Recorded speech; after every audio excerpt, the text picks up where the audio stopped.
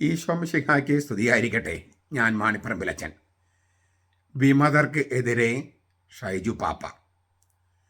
അൽമായ മുന്നേറ്റക്കാരുടെ രഹസ്യ അജണ്ട പുറത്ത്.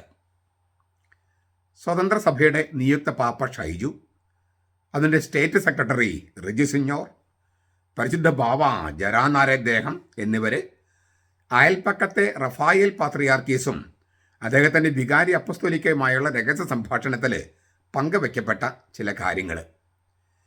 ഇതിലെ ചില കാര്യങ്ങൾ വേറൊരു തരത്തിൽ ഏകം ന്യൂസിൽ പരസ്യമാക്കപ്പെട്ടിട്ടുണ്ട്. ശാശ്വതമായി പരിഹാരം വേണം എന്നുള്ള തലക്കെട്ടിൽ. എന്നാൽ രഹസ്യമായി ചർച്ച ചെയ്യപ്പെട്ടതുപോലെയല്ല പരസ്യമാക്കപ്പെട്ടിരിക്കുന്നത്. മാത്രമല്ല, രഹസ്യ ചർച്ചയിൽ പോലും ഈ എല്ലാ കാര്യങ്ങളും അതിൻ്റെ എല്ലാ അർത്ഥത്തിലും ചർച്ച ചെയ്തിട്ടില്ല. എന്ന് വെച്ചാൽ ചില രഹസ്യ അജണ്ടകൾ ഈ ചർച്ചകളിൽ ഉണ്ടായിരുന്നു. ഈ രഹസ്യ അജണ്ടയെ സംശയത്തോടെ വീക്ഷിക്കുന്ന ചില ചാരന്മാർ വിമതരുടെ കൂട്ടത്തിലുണ്ട്. അവരിൽ നിന്ന് കിട്ടിയ വാർത്തകളുടെ വെളിച്ചത്തിലാണ് ഞാനിത് നിങ്ങളുമായി പങ്കുവയ്ക്കുന്നത്.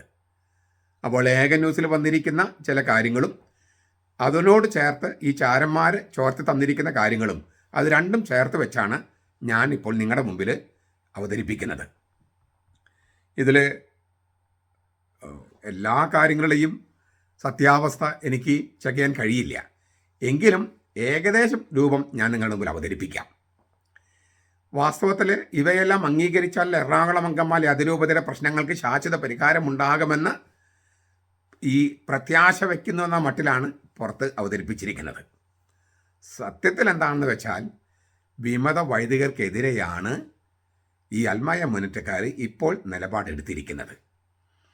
എന്താണ് കാരണമെന്ന് എനിക്ക് കൃത്യമായിട്ട് അറിയില്ല. ചില സംഭവവികാസങ്ങൾ ഈ അടുത്ത കാലത്തുണ്ടായ ചില സംഭവവികാസങ്ങളൊക്കെ അതിൻ്റെ പുറകിലുണ്ടാകുമെന്ന് വിചാരിക്കുന്നു. അത് കുറച്ചുകൂടി കഴിയുമ്പോൾ എനിക്ക് തോന്നുന്നു കൂടുതൽ വ്യക്തത വരും. ഇപ്പോൾ ഈ എൻ്റെ മുമ്പിൽ എത്തിയ വാർത്തകളുടെ വെളിച്ചത്തിൽ ചില കാര്യങ്ങൾ ഞാൻ പറയാം. അൽമായ മുന്നേറ്റം ലക്ഷ്യം വയ്ക്കുന്നത് പ്രാതിനിധ്യ സ്വഭാവമുള്ള സ്വതന്ത്ര സഭയാണ്. അൽമായ മുന്നേറ്റം ലക്ഷ്യം വയ്ക്കുന്നത് പ്രാതിനിധ്യ സ്വഭാവമുള്ള സ്വതന്ത്ര സഭയാണ്.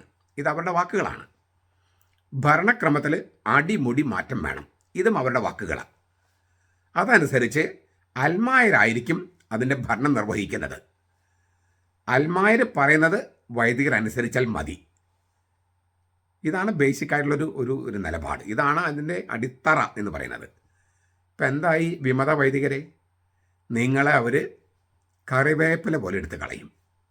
നിങ്ങൾ ആരെയാണോ പാലൂട്ടി വളർത്തിയത് അവർ നിങ്ങളെ തിരിഞ്ഞു കൊത്തും. ഒരു സംശയം അക്കാര്യത്തിൽ വേണ്ട. 2, സഭയുടെ ഭൗതിക സമ്പത്തുകളുടെ കൈകാര്യം ചെയ്യുന്നത് സംബന്ധിച്ച് മെത്രാനുള്ള അനിയന്ത്രിതമായ അധികാരം ഒഴിവാക്കണം, അല്ലെങ്കിൽ എടുത്തു കളയണം. അതായത് ഈ കാനോൺ നിയമം തന്നെ വേണ്ടെന്നാണ്. കാനോൺ നിയമം കടലിലെറിയൂ എന്ന് വട്ടോളിയച്ചൻ പറഞ്ഞപ്പോൾ അതിൻ്റെ പൊരുളുകൾ എന്താണെന്ന് വാസ്തവത്തിൽ നമുക്ക് മനസ്സിലായില്ല. പക്ഷെ അൽമായ മുന്നേറ്റക്കാർക്ക് മനസ്സിലായി. അപ്പോൾ അതിൻ്റെ വെളിച്ചത്തിൽ മെത്രാൻ്റെ ആവശ്യമേ ഇല്ല എന്ന നിഗമനത്തിലെത്തിയിരിക്കുകയാണ്. അതിരൂപത സംരക്ഷണ സമിതിയിലെ ഒരു വൈദികനെയോ അൽമായ മുന്നേറ്റത്തിലെ ഒരു നേതാവിനെയോ ആർച്ച് ഡയറക്ടറായി വാഴിച്ച് നിയമിച്ചാൽ മതി. അപ്പോൾ ഭൗതിക സമ്പത്ത്, സഭയുടെ ഭൗതിക സമ്പത്തെല്ലാം കൈകാര്യം ചെയ്യുന്നത് അങ്ങനെയായിരിക്കും. മെത്രാൻ്റെ ആവശ്യമില്ല. പുതുതായി പട്ടം കിട്ടുന്നവരുടെ നിയമനങ്ങൾ നടത്തുന്നത് മെത്രാനായിരിക്കില്ല. പട്ടം നൽകാൻ പോലും മെത്രാൻ്റെ ആവശ്യമില്ല. ഇപ്പോൾ പള്ളി കൂതാശ ചെയ്യാനിപ്പം മെത്രാന്മാരെ വിളിക്കുന്നില്ലല്ലോ. പള്ളിയുടെ പൊതുയോഗം നിശ്ചയിക്കും ആരാണ്, എത്ര പേർ ചേർന്നാണ്, എവിടെ വെച്ചാണ് ഈ ഡീക്കന്മാർക്ക് പട്ടം കൊടുത്ത് അവരെ നവവൈദികരാക്കേണ്ടതെന്ന്.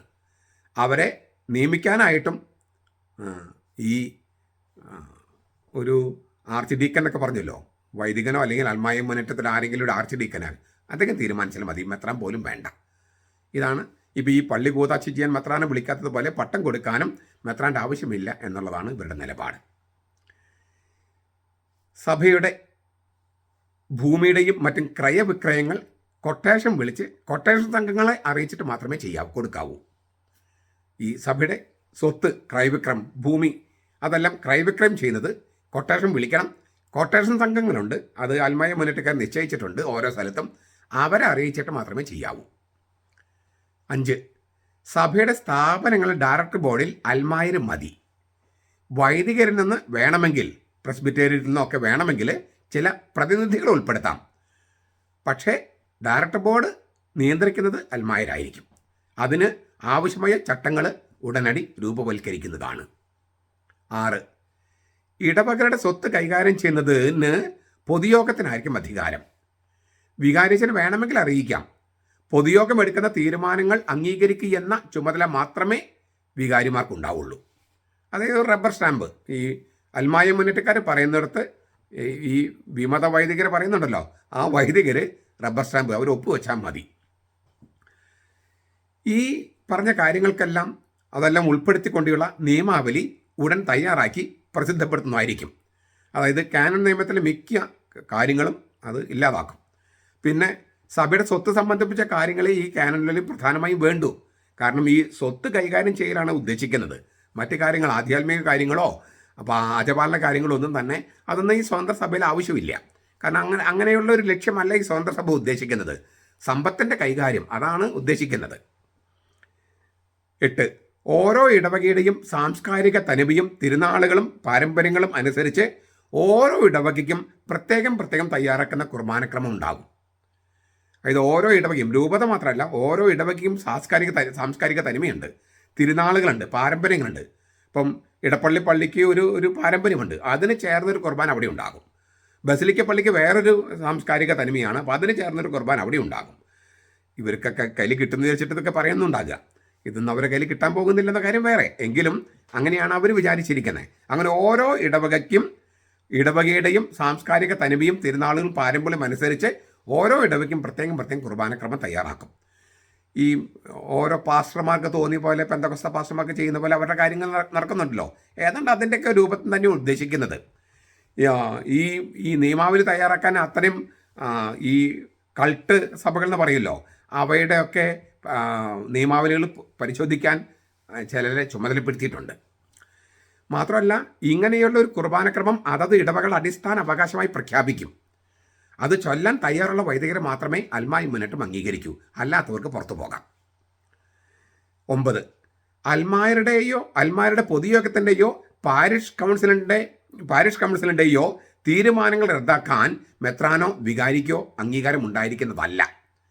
മാത്രമല്ല, ഈ അൽമായരുടെ പൊതുയോഗമോ പാരിഷ് കൗൺസിലോ മറ്റ് സമിതികളോ പിരിച്ചുവിടാനോ സസ്പെൻഡ് ചെയ്യാനോ മെത്രാനോ വികാരിക്കോ അധികാരമുണ്ടായിരിക്കില്ല. 10. ഇടവകളിൽ കൈക്കാരന്മാരെ നിയമിക്കാനും ഇതുപോലെ തന്നെ മെത്രാന്മാർക്കോ അവരുടെ പേര് നിർദ്ദേശിക്കാൻ വികാരിമാർക്കോ അധികാരം ഉണ്ടായിരിക്കുന്നതല്ല. അതെല്ലാം അൽമായർ തീരുമാനിക്കുന്നതായിരിക്കും. അവർ വോട്ടിട്ട് തീരുമാനിക്കും, വോട്ടിട്ടോ വോട്ട് ഇടാതെയോ തീരുമാനിക്കും. 11.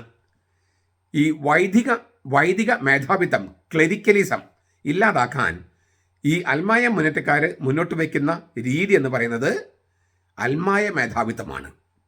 അതായത് ആംഗലേയത്തിൽ ലെയ്റ്റിസം എന്ന് പറയും. ക്ലെരിക്കലിസം എന്ന് പറയുന്നത് വൈദിക മേധാവിത്വം, ഇത് ലെയ്റ്റിസമാണ്, അൽമായ മേധാവിത്വം. അത് സംഭവിച്ചു കഴിഞ്ഞാൽ അൽമായ മുന്നേറ്റം എന്ന പേര് തന്നെ മാറ്റി അൽമായ മേധാവിത്വം എന്ന് നിർവചിച്ച് പുനർനാമകരണം ചെയ്യും. അതായത് ഈ പണ്ട് കമ്മ്യൂണിസം പറഞ്ഞിരുന്നല്ലോ, തൊഴിലാളി മേധാവിത്വം, അധ്വാനവർഗ തൊഴിലാളി മേധാവിത്വം. അവർ മുതലാളിമാരാകുന്ന ഒരവസ്ഥ, അതാണിപ്പോൾ സംഭവിച്ചിരിക്കുന്നത്. ഈ തൊഴിലാളി തന്നെ മുതലാളിയായി. അപ്പോൾ ആ രീതിയിൽ ഇവിടെ വൈദിക മേധാവിത്വം, മെത്രാന്മാരുടെ അധികാര പ്രമത്തതയ്ക്ക് പകരമായിട്ട് അൽമായ മുന്നേറ്റക്കാരുടെ അധികാര പ്രമത്തത വരും. അതോടെയാണ് സഭയിലൊരു സോഷ്യലിസം ഉണ്ടാകുക എന്ന് അവർ ഈ അൽമായ മുന്നേറ്റക്കാർ വിശ്വസിക്കുന്നത്. 12.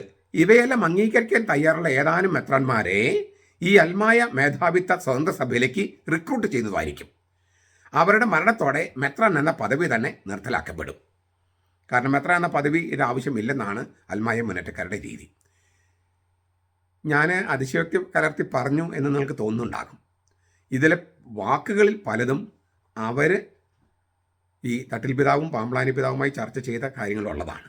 എന്നാൽ ചർച്ചയുടെ അജണ്ട, അതായത് അവരോട് പറഞ്ഞതൊന്ന് ഉദ്ദേശിച്ച് മറ്റൊന്ന്, അതാണ് ഇതിലൂടെ വെളിപ്പെടുന്നത്.